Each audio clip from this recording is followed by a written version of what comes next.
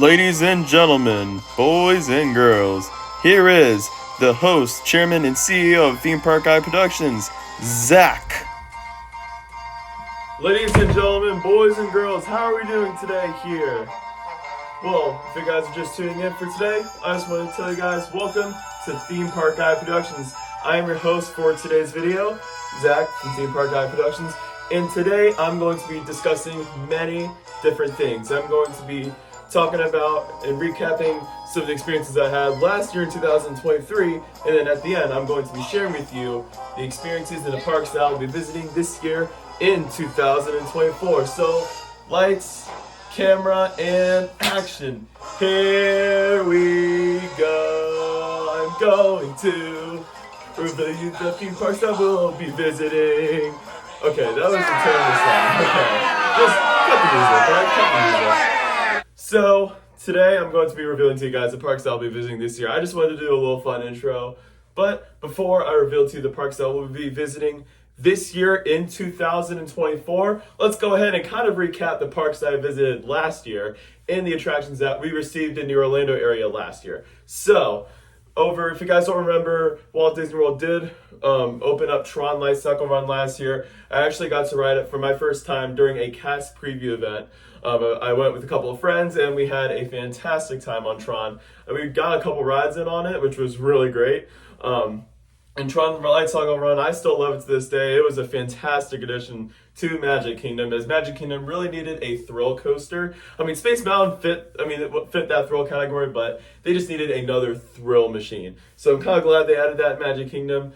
And later in 2023, they did open up Journey of Water, inspired by Moana, which was a nice little walkthrough attraction. And, I felt like it was a great way to refresh, especially when I did the preview. Here's a picture of me doing the preview right there.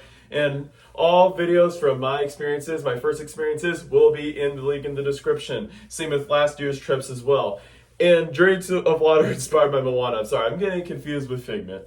It was nice. It was a perfect way, especially since when I did it, it was a hot day on Labor Day. And Journey of Water by Moana, a great attraction at Epcot.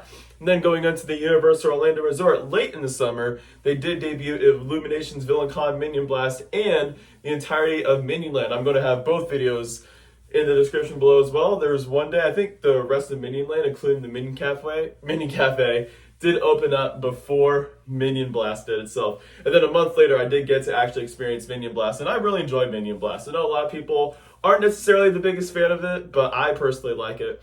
And then last year, SeaWorld Orlando debuted Pipeline the Surf Coaster, which is the world's first surf coaster.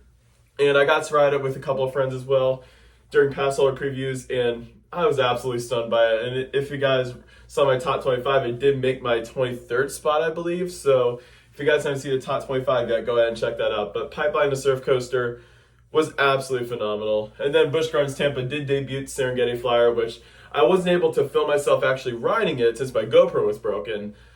I did get to kind of film me riding it, but it wasn't like an on-ride. If you guys seen the video, you guys can go check that out. That will also be in the description below. And I did do visit a few parks outside of Orlando. I did go to 2 parks that I have been in the past, and then I did visit 1 new park last year. So the 2 parks that I returned to last year were Hershey Park and Maurice Piers, which I went to both parks in 2018, but last summer I went ahead and got to revisit both parks. And last year I did visit Six Flags Great Adventure for the first time, and I rode my 200th roller coaster that same day with Nitro being that 200th. And so those park visits were absolutely special. I'm glad I got to do Hershey and Six Flags New Jersey and Maurice too this year.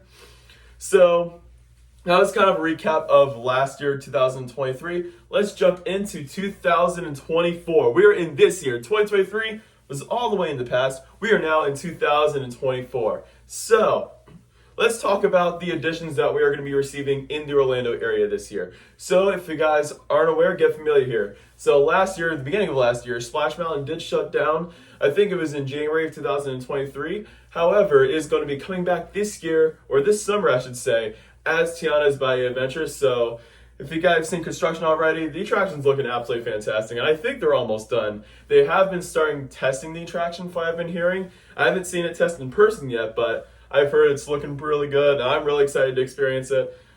I will probably miss Splash Mountain but I'm excited to see how Tiana's Bayou Adventure does. Then over at the Universal Orlando Resort, they're going to be adding DreamWorks Land, which was a renovation of the original Way Woodpecker's Kid Zone. As cool as Way Woodpecker's Kid Zone was, it was starting to get pretty outdated. So, I think this is going to be a great addition, and I think it'll be kind of what Universal Studios Florida needs, especially they're not adding too much right now, considering that next year they're going to be opening up Epic Universe. And then SeaWorld Orlando is going to be adding Penguin Trek this year, which I'm really excited. If you guys seen some of my videos, especially with the Seven Seas Food Festival, I have done a couple of construction updates, and it is looking really good. And I will be experiencing this actually, hopefully during employee previews. One of my friends did invite me. So when I take you guys on it, I probably would have already experienced the attraction by then. But you guys still get to see my thoughts on the attraction.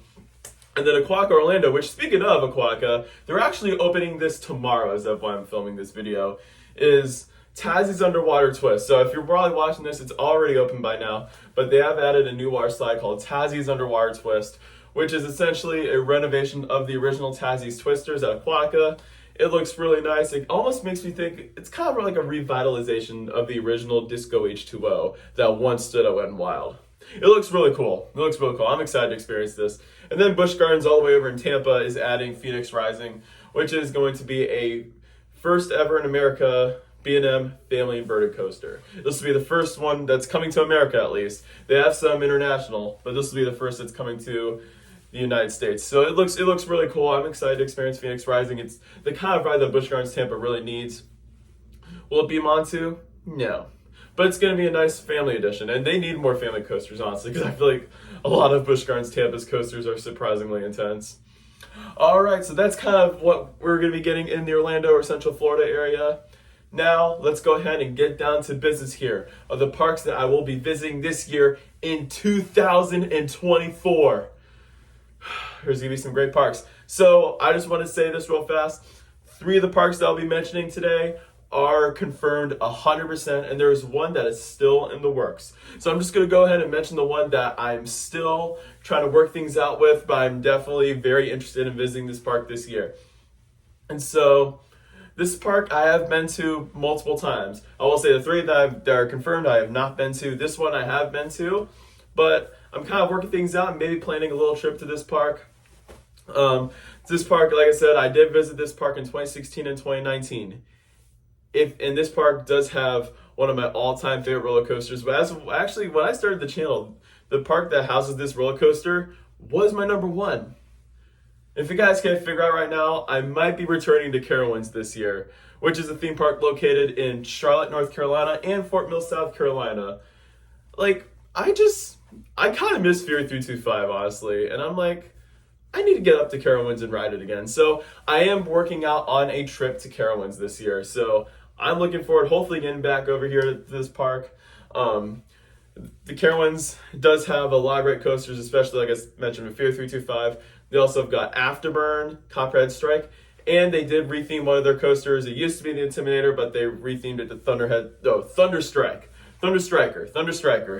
I almost got confused with Dollywood's Thunderhead. And then they also have Nighthawk, which I really enjoyed. 2019. 2016, I was like, man, but 2019, I really enjoyed it. And they've got a couple of other great coasters. But Carowinds, I really liked Carowinds. Both times I went in 2016 and 2019, I really enjoyed. So that's just kind of in the works right now, but these next 3 parks are confirmed. So essentially what I'm going to be doing here is I'm going to be showing you guys, I'm going to be throwing out a few hints, and then at the end I'll reveal to you what the park is. So this first park I'm going to be mentioning here. My first hint that I'm going to be throwing out here is that there's a sister park located in Orlando. That's my first hint. There's a sister park located in Orlando. Second hint, this park did debut this year a first of its kind attraction. Think about it. First of its kind attraction. And third hint, this park is evolved around marine life. I'll give you guys a few seconds. All right, I'm going to reveal it to you. The first park that I'll be going to is, let me drum roll, SeaWorld San Antonio. Guys, I'll be visiting SeaWorld San Antonio this summer. This park, from what I've heard, is a pretty underrated amusement park. A lot of people have told me that this is a park that I should definitely visit, and this park does look really nice. When I met for the world's first attraction, they did just debut a first of its kind log flume attraction with Catapult Falls, which looks really fun, and it's going to be a really unique attraction. I'm excited to experience a launch on a water ride. I mean, that's never happened. So it looks really nice, and they do have a few coasters thrown into the mix with Texas Stingray, which looks like a really great GCI. They've got Steel Eel, which I've never been on a major Morgan roller coaster. I've done West Coaster over at Santa Monica. I did that a few years ago.